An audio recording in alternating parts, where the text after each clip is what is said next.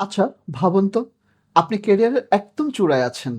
কোটি টাকার ডিল, বিশ্বজোড়া খ্যাতি। সব আপনার হাতের মুঠোয়। ঠিক সেই মুহূর্তেই সব ছেড়ে আপনি উধাও হয়ে যেতে পারবেন?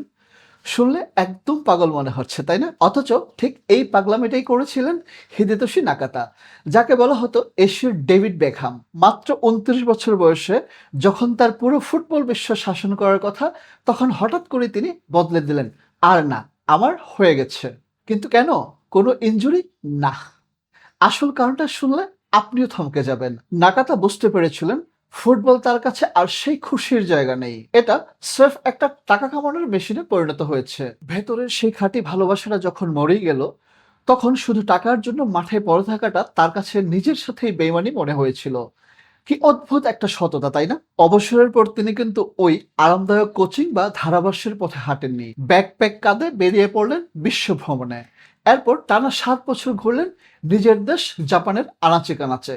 আজ তিনি শুধু একজন সাবেক ফুটবলার নন, তিনি জাপানি সংস্কৃতির সফল একজন গ্লোবাল অ্যাম্বাসেডর। নিজের জন্য একদম নতুন একটা পৃথিবী বানিয়ে নিয়েছেন তিনি। তার এই গল্পটা আমাদের একটা বিশাল ধাক্কা দেয়। জীবনের এই ইঁদুর দৌড়ে আমরা কি সত্যি খুশি?